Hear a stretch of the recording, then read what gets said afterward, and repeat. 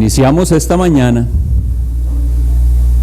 el estudio sobre la octava marca en la serie Las marcas de una iglesia saludable. Quisiera rogar sus oraciones porque este material va a estar disponible en CD para las personas que lo necesiten y para distribuirlo. Pedimos que el Señor utilice estos estudios bíblicos para alcanzar a su pueblo y que seamos nosotros primero ejemplo en estas cosas que estamos estudiando, y también muchas iglesias que sean bendecidas por esta clase de estudios bíblicos. La octava marca tiene que ver con el discipulado y el crecimiento de la iglesia. Quisiera que abramos la escritura en el Salmo 119 y leeremos los versículos 33 y 34 como motivación a esta lección. El Salmo 119, en los versículos 33 y 34 leemos así: Enséñame, oh Jehová, el camino de tus estatutos, y lo guardaré hasta el fin. Dame entendimiento y guardaré tu ley, y la cumpliré de todo corazón.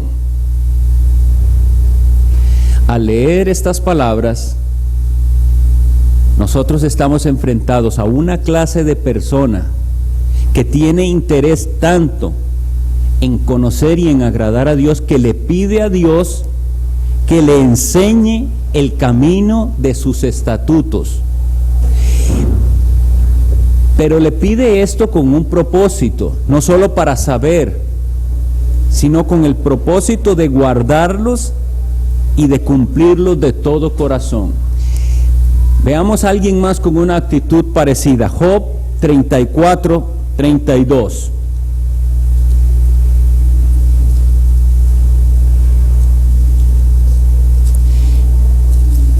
Job 34, 32 dice esto: Enséñame tú lo que yo no veo.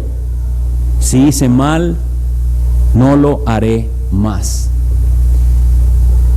La actitud de este hombre al enfrentarse a Dios es primero reconocer que hay en nosotros cosas incorrectas, que nosotros no las estamos notando, que no estamos siendo conscientes de cosas en las que estamos actuando mal, y que no estamos siendo conscientes de cosas que ni siquiera estamos haciendo y está mandado en la palabra de Dios que lo hagamos. Y él pide a Dios que le enseñe, y él pide a Dios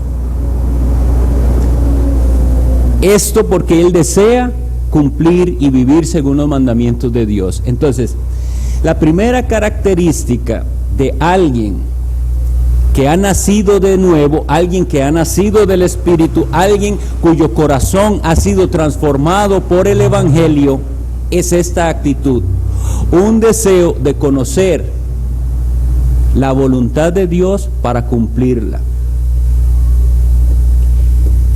Vamos a las bienaventuranzas, y en Mateo 5:6 nos dice el Señor, en el Evangelio según Mateo capítulo 5, versículo 6, dice el Señor Jesucristo: Bienaventurados los que tienen hambre y sed de justicia, porque ellos serán saciados.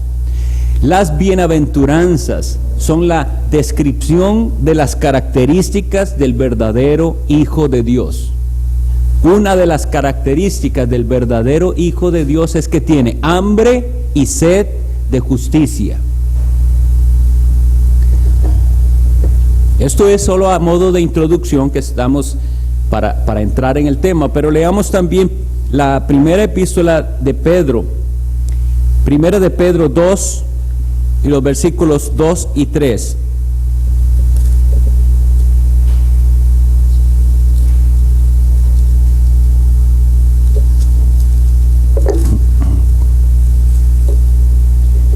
Desead como niños recién nacidos la leche espiritual no adulterada, para que por ella crezcáis para salvación, Versículo 3, muy importante: si es que habéis gustado la benignidad del Señor. Vamos a la segunda epístola también de Pedro y leemos el capítulo 3 y el versículo 18.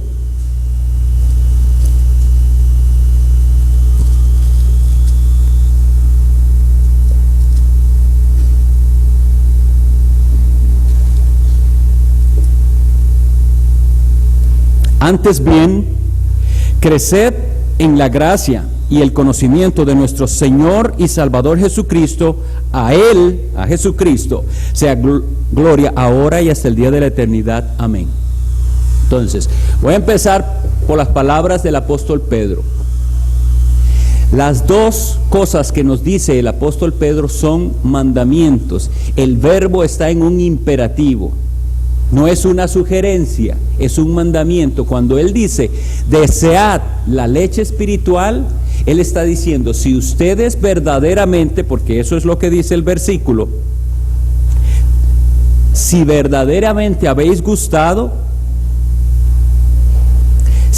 la benignidad del Señor, podemos leerlo del 3 al 2, y podríamos decir que Pedro dijo esto: si verdaderamente ustedes han gustado la benignidad del Señor, tienen que desear como niños recién nacidos la leche espiritual. Y después nos dice en la otra epístola, creced, o sea, es un mandamiento. Nosotros tenemos como mandamiento crecer en la gracia y el conocimiento de nuestro Señor y Salvador Jesucristo.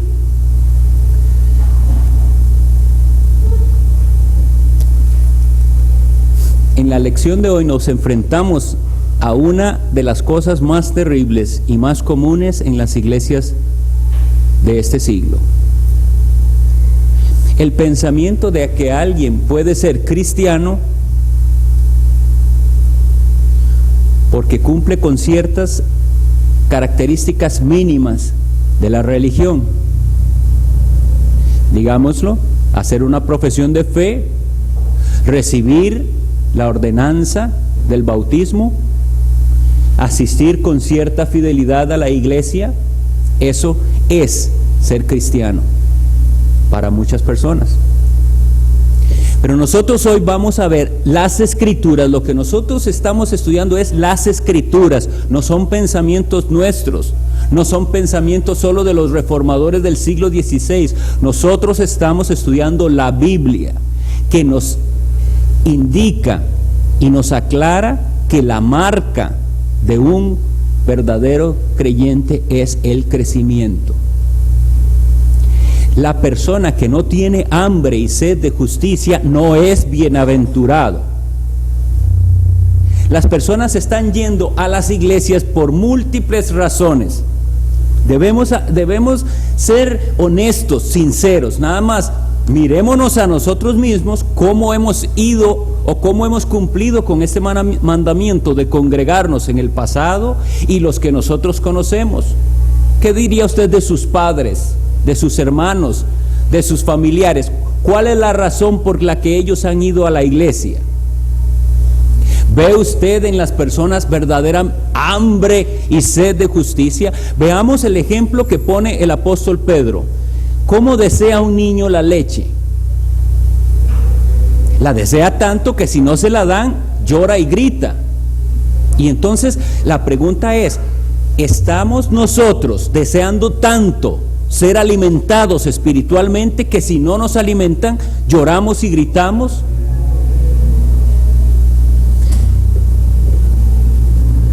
Precisamente el hecho de que un niño no quiera comer es una marca indiscutible de que está enfermo, porque todo niño sano necesita el alimento y lo pide.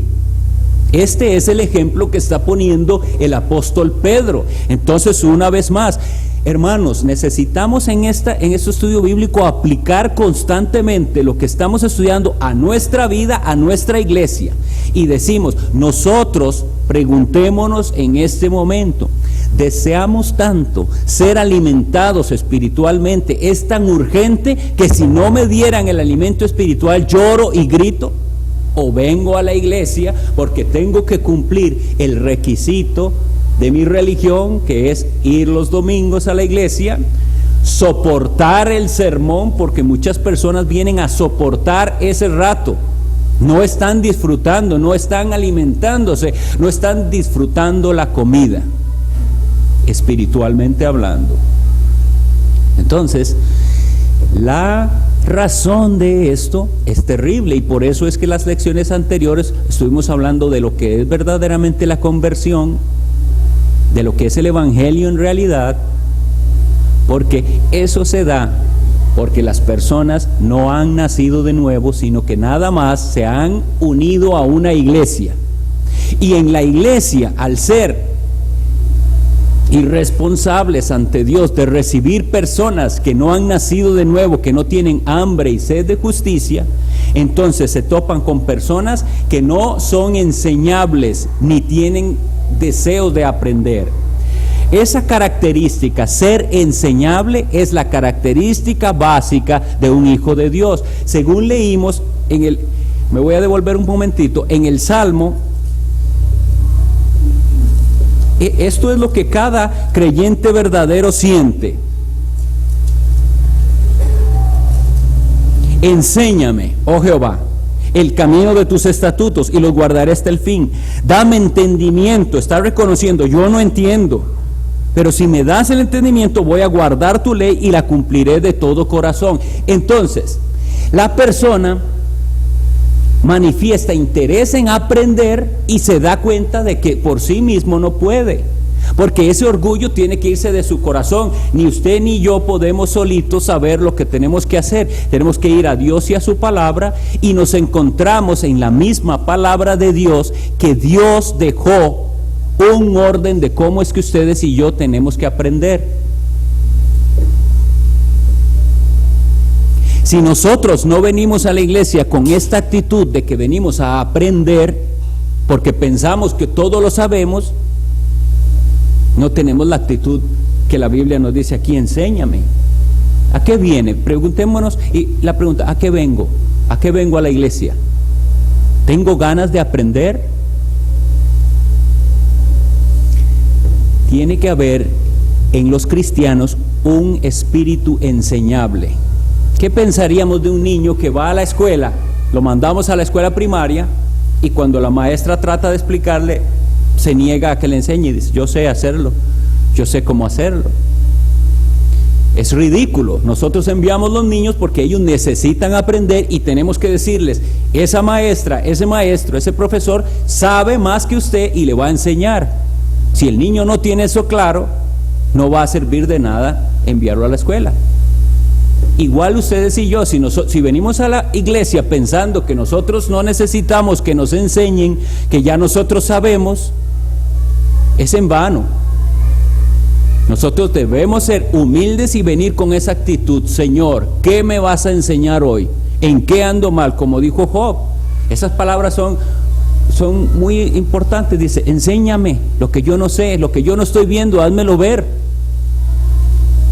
Y vuelvo a repetir, iglesia del Señor, debemos ser cuidadosos en que las personas que recibimos como miembros de la iglesia manifiesten este espíritu, porque si no, tendremos en nuestras filas gente que hará problemas, gente que no quiere someterse a la palabra de Dios, gente que no quiere que le enseñen, gente que no tiene humildad. Característica número 1 de los bienaventurados: tienen hambre y sed de justicia.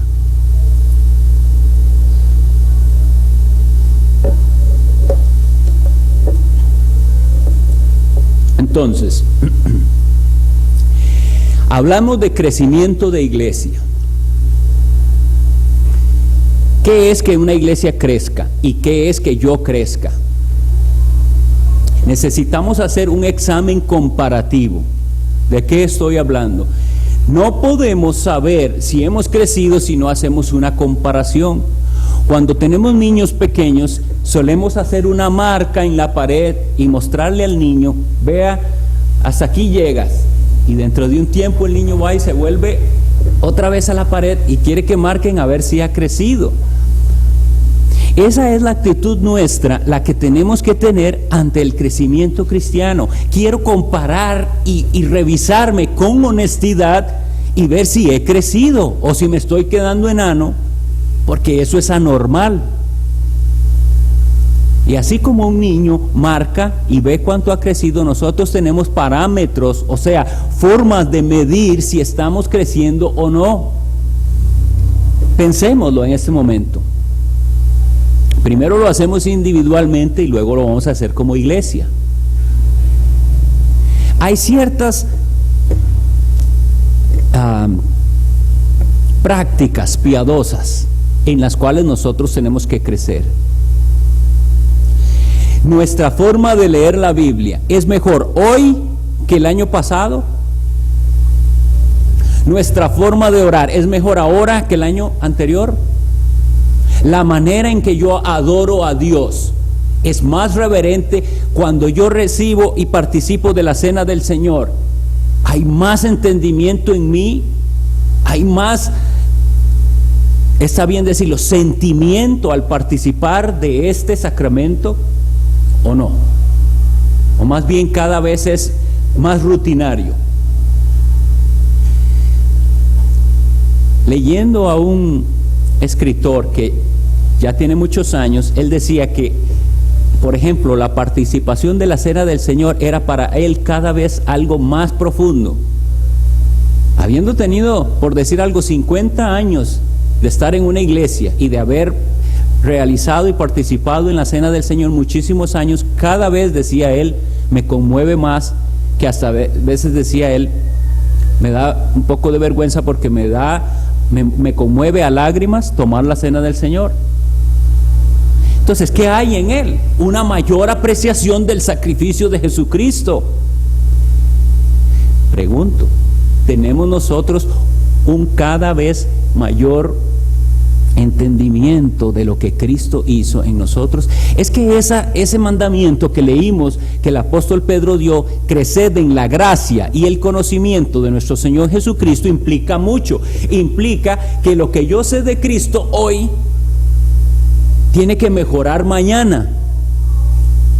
Crecer en el conocimiento de Cristo es terrible, pero es espantoso ver que hay gente que piensa que lo único que tiene que saber de Jesucristo son como 3 características. Es el Hijo eterno de Dios que vino al mundo, que fue crucificado, muerto y sepultado y ascendió a los cielos al tercer día en resurrección. Eso es todo lo que saben de Cristo.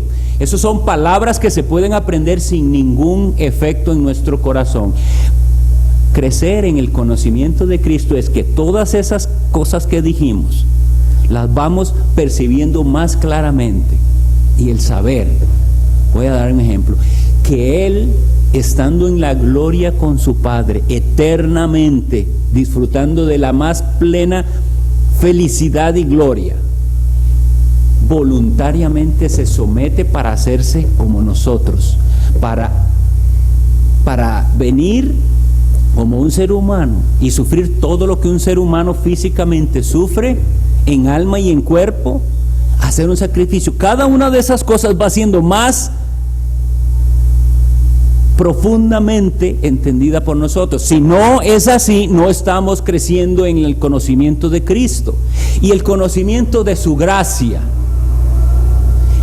Terrible es que las personas piensan que la gracia de Dios es como un permiso para pecar. Creo que entre nosotros no, porque hemos explicado mucho eso, pero nunca debemos pensar que ya lo hemos hecho suficiente. La gracia de Dios se ha manifestado para salvación a todos los hombres, enseñándonos que, y eso lo hemos estado aprendiendo por domingos y domingos en los sermones. ¿Es claro eso? ¿Es más claro este domingo que lo que fue hace 4 domingos cuando el pastor lo estaba empezando a predicar? Si ese versículo de Tito 2, 11 al 15, si ese pasaje no es hoy más claro que hace no sé, 4 o 5 domingos que lo viene predicando el pastor, si no es más claro hoy, usted no está haciendo nada aquí. Y esto lo digo con dolor porque es la realidad, que hay muchísimos, se cuentan en miles los que están en las iglesias perdiendo el tiempo. La iglesia nosotros, para crecer, tenemos que medirnos, tenemos que ser en todas las piedades, en todas las prácticas piadosas del cristianismo mejores hoy que ayer.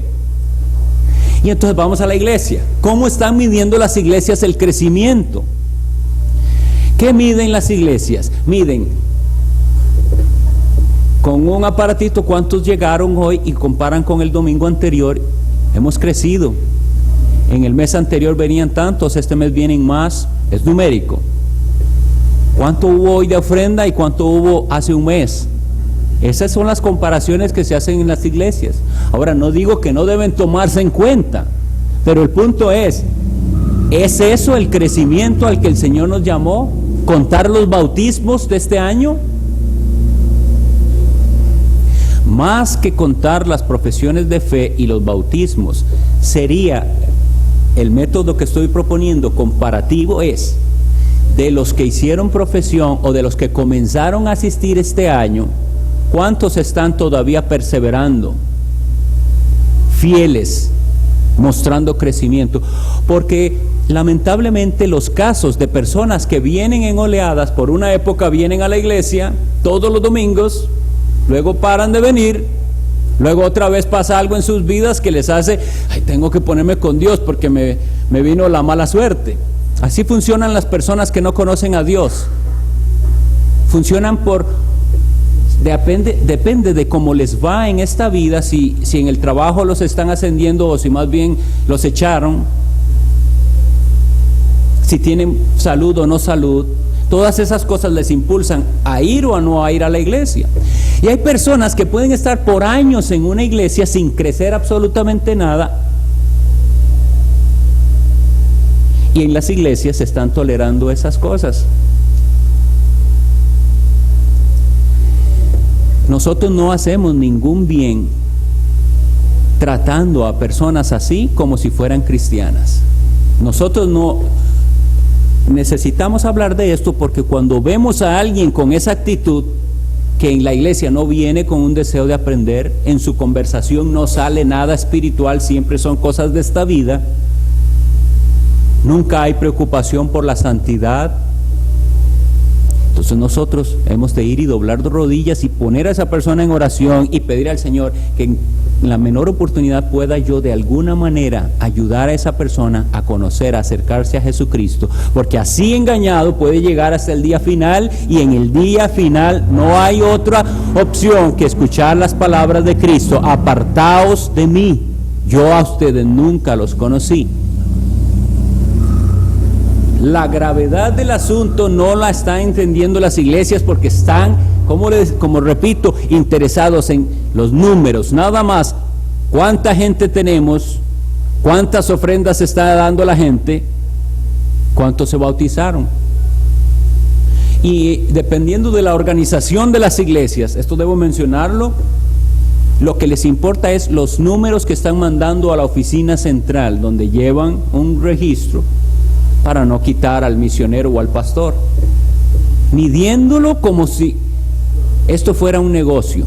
¿Está sirviendo ese administrador que mandamos allá, o mandamos a alguien que sepa más de mercadeo, que sepa más de relaciones humanas?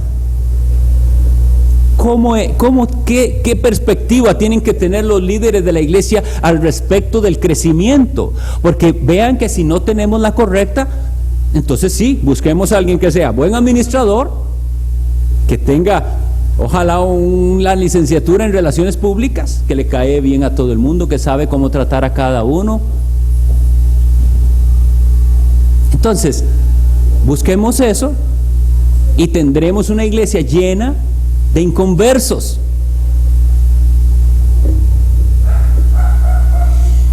Antes de pasar al siguiente, hagamos el repaso y veamos el modelo correcto en Proverbios 4:8. Proverbios 4:8. 4:18, gracias.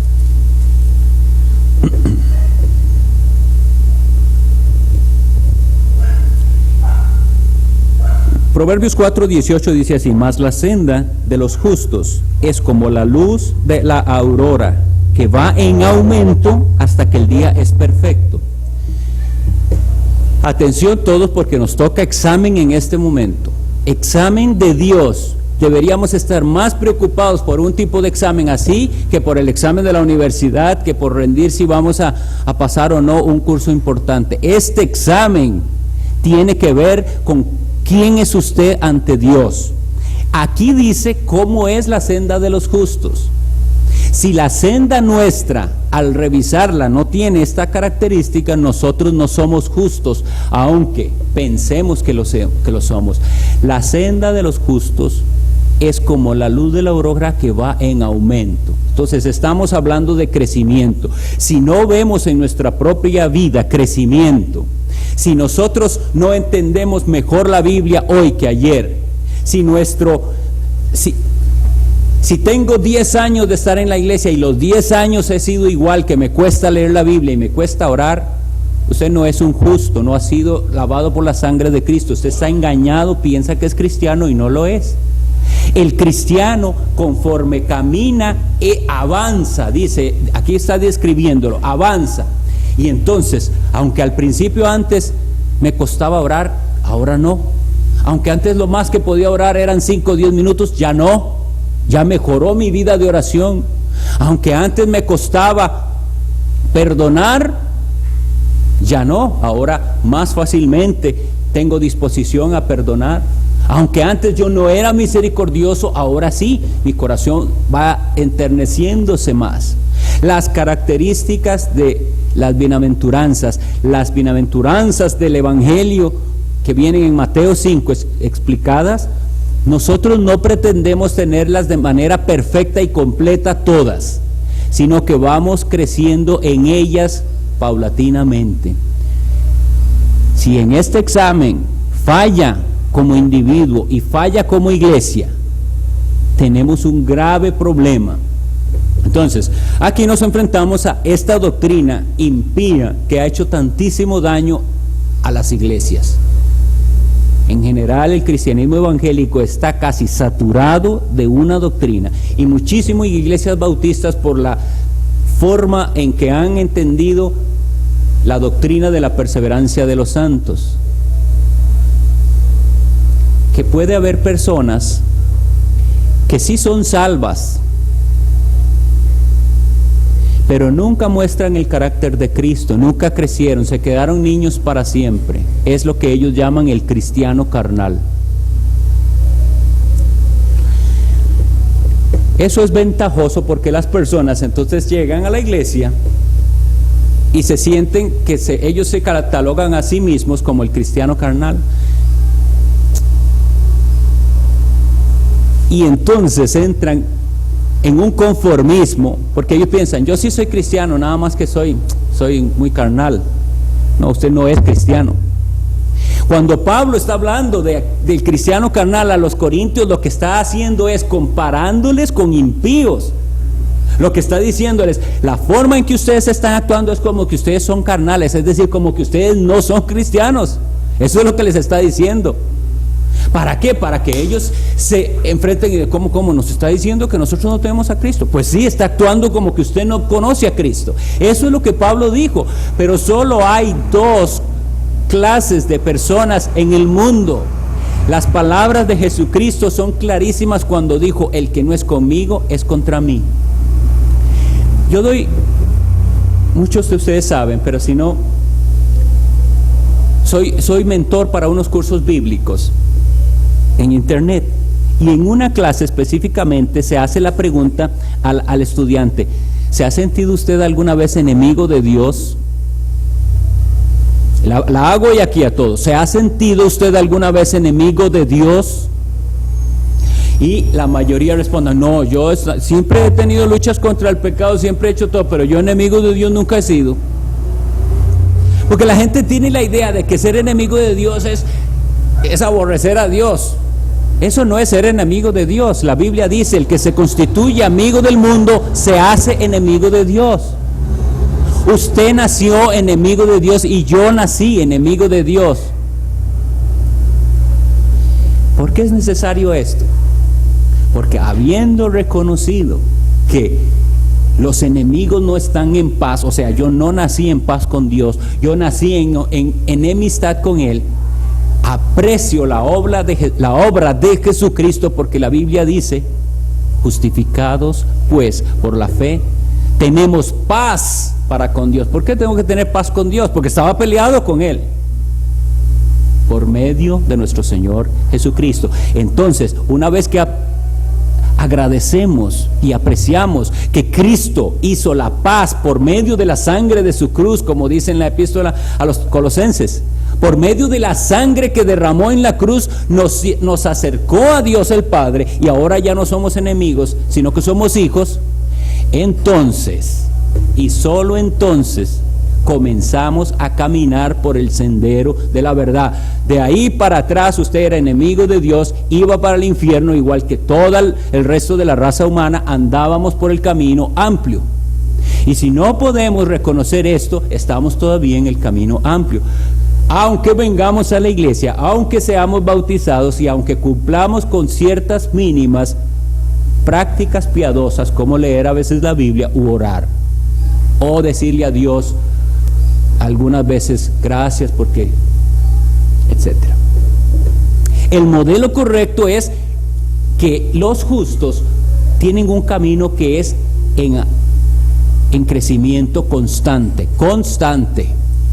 No se trata de alguien que llega a la iglesia y por 1 o 2 o 3 o 4 o 10 años estuvo entusiasmadísimo y yo trabajaba en todo y servía en todo, y después se me acabó la cuerda y ya no quiero nada más con la iglesia.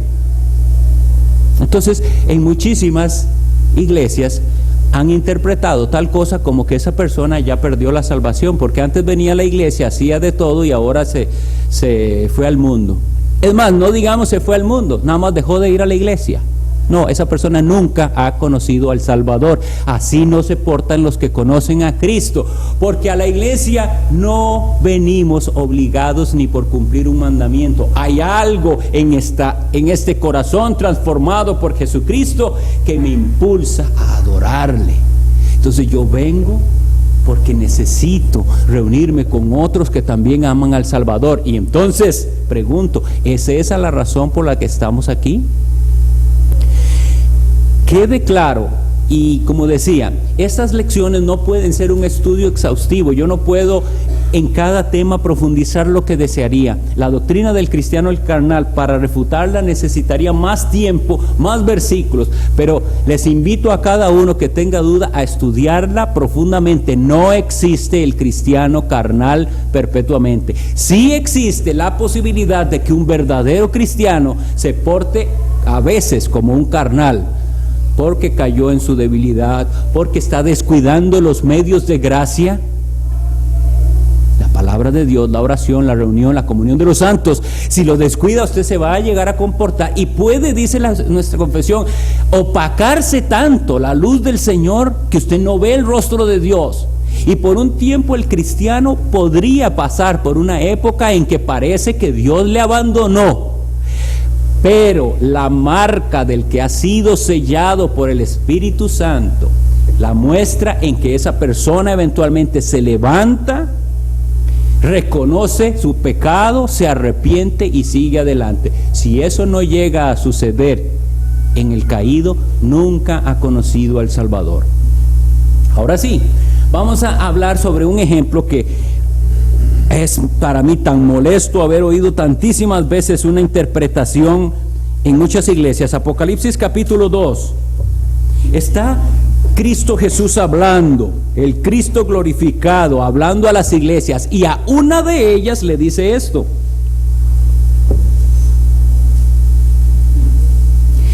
2:2. Yo conozco tus obras y tu arduo trabajo y paciencia, que no puedes soportar a los malos, y has probado a los que dicen ser apóstoles y no lo son, y los has hallado mentirosos. Y has sufrido y has tenido paciencia y has trabajado arduamente por amor de mi nombre y no has desmayado. pero tengo contra ti que has dejado tu primer amor. Y entonces yo he estado en iglesias donde las personas piensan que este es el modelo correcto, que alguien viene a la iglesia y inicialmente está muy entusiasmado porque está en el primer amor, pero aquel cristiano que tiene años de estar ahí, que digámosle cristiano, pero probablemente nunca ha sido convertido, lo que dice es, es que está en el primer amor, ahorita se le pasa. Así no es, hermanos, así no funciona esto. Esa persona que hable así no conoce a Cristo. Y lo que está haciendo es un tropiezo para el nuevo, porque el entusiasmo tiene que ser creciente.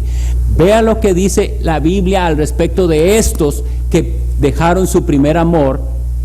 Recuerda, por tanto, de dónde has caído y arrepiéntete y haz las primeras obras. Si no, hay que advertencia más fuerte, si no, vendré pronto a ti y quitaré tu candelero de su lugar si no te hubieres arrepentido. Así que esto es un caso específico de una iglesia que perdió su razón de ser, a la cual Cristo le está advirtiendo que si no hay arrepentimiento de tal forma de actuar y de vivir, Él va a quitar el candelero. Ustedes pueden seguir como iglesia, siguen, como decía el otro día, con un buen título, un buen rótulo que dice iglesia, y póngale un nombre bien rimbombante como suelen hacer hoy en día, y la podemos tener llena de actividades, y Dios no está ahí. Palabras son muy duras, ¿les parece que no tenemos que hablar así? Porque entonces vamos a alejar a las personas. Que los que vengan a la iglesia amen a Cristo. Esa es nuestra intención. No queremos llenar la iglesia, no es para nada nuestra intención, de impíos, de personas que están viviendo vidas dobles. ¿Qué queremos para esas personas? Lo que acabamos de leer: arrepentimiento para vida, para que conozca al Salvador, para que lo ame y lo siga. Si no es así, no debe abrirse la puerta a la persona a ayudarle a que siga engañada. Entonces, cuando alguien les diga a ustedes es que ya perdió su primer amor, dígale, bueno, si no muestra y se arrepiente de eso, usted probablemente nunca tuvo el tal primer amor. Arrepiéntase. No hay nada más, no hay otra solución, arrepentirse. Y el pecador se tiene que llegar a dar cuenta de que arrepentirse, como habíamos visto antes, no es algo que yo pospongo para hoy como que no estoy en ánimo de arrepentirme, tal vez el miércoles voy a hacerlo. No está en su poder. Tiene que llegar a reconocer que usted nunca podrá arrepentirse por sus fuerzas. Tiene que suplicar a Dios que le conceda el arrepentimiento. Y si no siente eso, tiene que sentir desesperación en su alma necesitada de Cristo. ¿Cómo se acercó el leproso a Cristo? Diciéndole, si quieres, puedes limpiarme. Esa es la única forma en que nosotros nos podemos acercar al Salvador. Señor, no tienes que hacerlo, porque yo me he regocijado en mi maldad y en mi pecado, y he andado por mi camino y he hecho lo que a mí me ha dado la gana. No tienes que ayudarme, pero si quieres, puedes limpiarme. Sigamos adelante en una ilustración que nos va a dar entendimiento muy claro. A algunos, pienso que a muchos nos gusta la jardinería o sembrar algo. Qué lindo es, pero ¿qué implica eso? ¿Qué implica tener un buen jardín? ¿Qué es? ¿Que usted llegó al vivero, compró matas, llegó, las puso en el patio y se olvidó de ellas? Y dentro de un mes va y ve y todo está magnífico, bien cortadito, no hay hierba. No funciona así. Si usted compró plantas, sean plantas ornamentales, sea que usted está cultivando algo, desde el momento en que se planta, ahora viene una trabajada. Quite mala hierba, pode, insecticidas, hay cualquier cantidad de elementos que van a entorpecer que usted tenga un precioso jardín o una preciosa huerta. Entonces, nosotros como individuos y como iglesia tenemos que entender que para que haya crecimiento tenemos que podar. Cristo dijo muy claramente que el que no da fruto en la vid del Señor es cortado, es arrancado. pero los que dan mucho fruto son podados porque dan más fruto así. Entonces el Señor tiene que hacer un trabajo en la iglesia y en nosotros. El Señor nos ve y dice: esto hay que quitarlo, hay que cortar, y yo tengo que ser humilde ante el Señor. Señor, pódeme, quíteme las ramas que están secas, haga con nosotros como iglesia, veámonos, ¿qué tiene el Señor que cambiar aquí? Que lo cambie, que corte lo que tiene que cambiar. El Señor nos nutre, nos abona con su palabra, el Señor nos da el agua que necesitamos para crecer. Veamos esta comparación y contrastemos con lo que se hace en la mayoría de las iglesias. Siembran la palabra, tiran, y ahí ve a ver quién pesca algo. En una comparación que hizo un amigo mío, muy triste, porque hablábamos, él tiene muchos años de ser creyente también, y él decía que él creció como un niño de la calle. ¿Cómo es un niño de la calle? Come si alguien le da de comer, un sobro por aquí, mendigó por allá. No tiene padres que ora, que a las horas le está dando su desayuno, su almuerzo, su merienda. Muchos creyentes así han crecido por la irresponsabilidad de los líderes de las iglesias que no han alimentado al pueblo de Dios. Lo han llenado con puras golosinas y se reúnen por horas a pegar brincos y a saltar y a cantar. Y esos brincos y ese saltar y brincar, cuando vienen las tribulaciones y las angustias, no sirve para nada, porque es la palabra de Dios de la que tenemos que estar nutridos, para que cuando venga la prueba y la tentación, nosotros fuertes como un niño que ha sido bien alimentado, y viene el virus malvado, y no es que no le afecta, pero ese niño bien alimentado, su organismo sabrá luchar contra aquella enfermedad. Yo llamo hoy en día padres irresponsables a los líderes de las iglesias si no estamos alimentando al rebaño con la palabra santa de Dios, si no estamos teniendo cuidado, aplicando los principios bíblicos, por ejemplo los que vimos hoy hace 8 días, la disciplina. No es solo darles de comer a los niños, hay que corregirlos, y nosotros necesitamos corrección, y si no hay quien nos corrija, vamos a crecer muy mal educados. ¿Cómo se debe procurar el crecimiento en la gracia y en el conocimiento? Ese versículo ojalá todos lo aprendamos. Creced, dijo el apóstol Pedro, en la gracia y el conocimiento de nuestro Señor Jesucristo.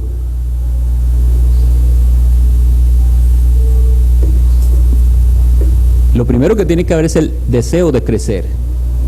Y luego, ¿cómo hago para crecer?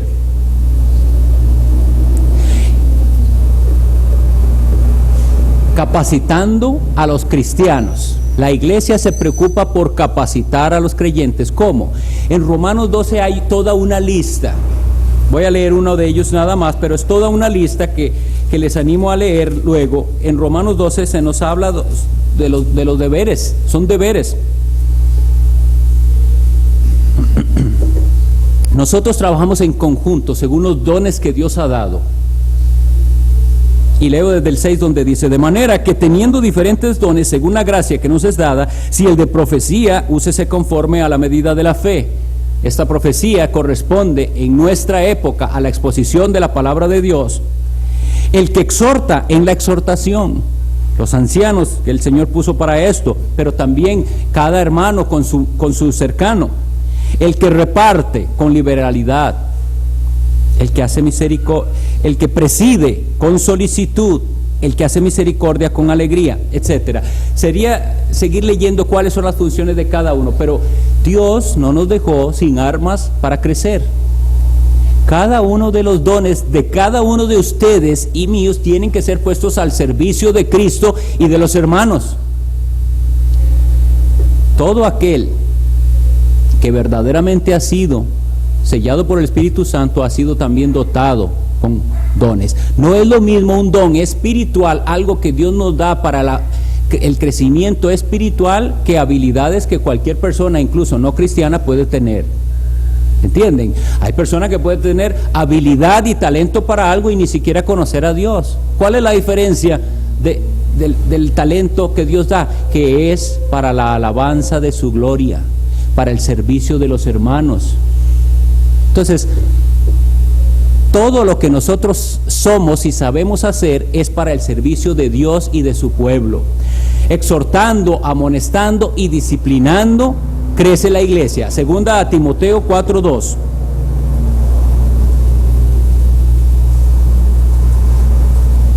Solo las leemos, no da tiempo de explicar mucho, pero segunda a Timoteo 4:2 dice así: que prediques la palabra, que instes a tiempo y fuera de tiempo. Oiga lo que le toca a los líderes de la iglesia, a los ancianos: redarguye, reprende, exhorta con toda paciencia y doctrina. Pero esta labor no es fácil y la gente prefiere no hacerla para evitarse problemas. Y la gente también no quiere ir a iglesias donde esto lo hagan porque quieren vivir como ellos quieren vivir. No quiere que alguien llegue y le exhorte y le reprenda.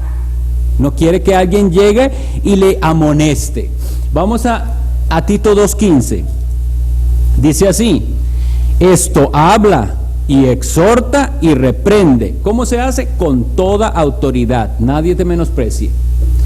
Entonces, ¿de dónde viene la autoridad? Y esto es para los ministros del Señor, que puedan ver este material, y para nosotros como creyentes también. ¿De dónde viene la autoridad del que va a hacer esta función de hablar, exhortar y reprender? Número uno, viene de que estamos hablando de lo que Dios manda. No son mandamientos de hombre. No puedo yo llegar donde tal o cual hermano y decirle y regañarle y decirle haga o no haga, excepto que yo tenga un claro principio bíblico que me impulsa a hacerlo.